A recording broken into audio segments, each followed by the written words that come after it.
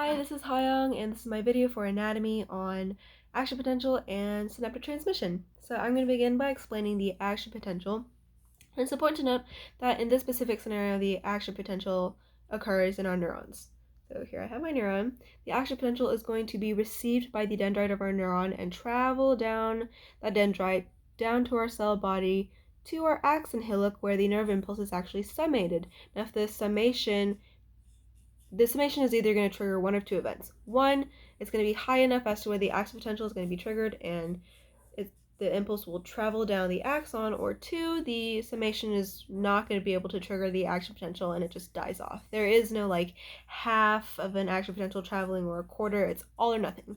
So for this instance, we're going to say that the nerve impulse summates to where the action potential can travel down the axon. So it's going to travel down the axon very quickly because of this myelin sheath, which is made up of oligodendrocytes in the central nervous system or Schwann cells in the peripheral nervous system. But either way, they are the myelin sheath that is surrounding the axon, and it's going to insulate it and allow for a very quick transmission of the nerve impulse.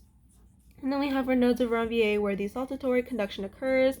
This is where the axon is not covered by the myelin sheath, so it's going to blip through these little gaps down to our axon terminal where the synaptic transmission is going to let neurotransmitters carry the positive impulse to the neighboring neuron where it's again received by the dendrites.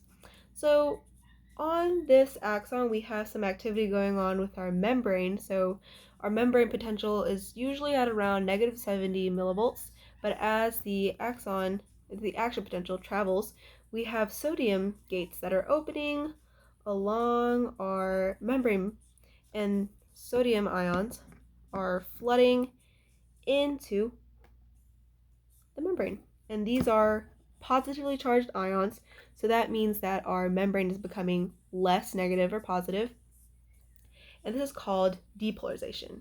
But as the action potential travels through, the membrane doesn't stay depolarized, and instead, right behind the action potential, the sodium gates begin closing up again. And instead, we have potassium gates that are opening up, and these potassium gates have potassium ions that are leaking out of them.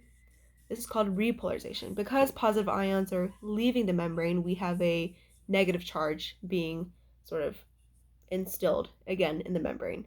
So as we have our action potential traveling down, sodium channels are opening so that sodium can flood in, and right behind it, they're closing back up again, and potassium channels are opening so that potassium can flood out, so that we have repolarization. Usually the nerve isn't completely perfect, so instead of going to this little nice curve area and coming back to negative 70 millivolts, the neuron will actually overshoot that, and we are going to need a refractory period where no action potential can be propagated down the neuron, because the neuron needs time to recover the balance of sodium, potassium, and other ions to become around negative 70 instead of that low negative 110, negative 100 millivolts. So we have the refractory period. But once the refractory period is over, the neuron can accept more action potentials, and that's good, because that's how we do everything. That's how we move. That's how I'm explaining this to you. So wild.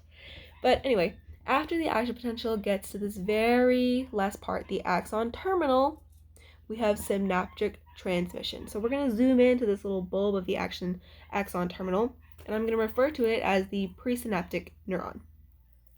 So earlier in the video, I said that we have dendrites around here.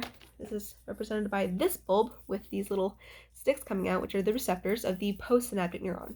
So the presynaptic neuron and the postsynaptic neuron sit sort of like this. So there's this little gap called the presynaptic, or the synaptic cleft.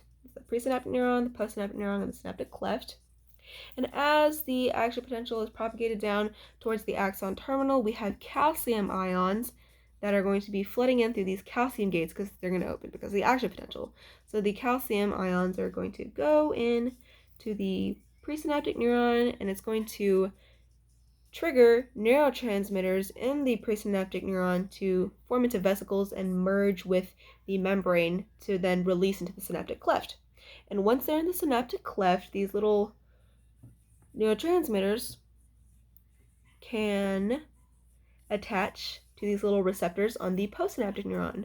These are either excitatory or inhibitory neurotransmitters that either inhibit the action potential or excite another action potential to begin propagated through the dendrite of the neighboring neuron.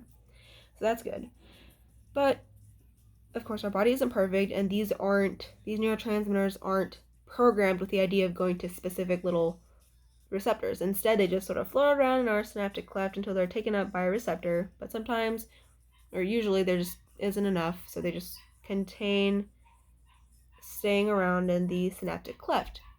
And usually they would be taken up either through reuptake through a transporter or by another enzyme and broken down, or again, taken back up into the presynaptic neuron to be used again. But when we introduce foreign substances to our body, such as cocaine, the neurotransmitters, I keep getting notifications, the transporters in the presynaptic neuron are actually blocked by cocaine, and we're going to see an excess of neurotransmitters in the synaptic cleft, and that causes chemicals such as dopamine, serotonin, and the addictive feeling to occur in our bodies, and that's really bad because we don't want that to happen. We want to be healthy, and we want our synaptic transmission and action potential processes to occur naturally, which is what we want. So it's important to take care of our bodies and not do cocaine. Don't do drugs.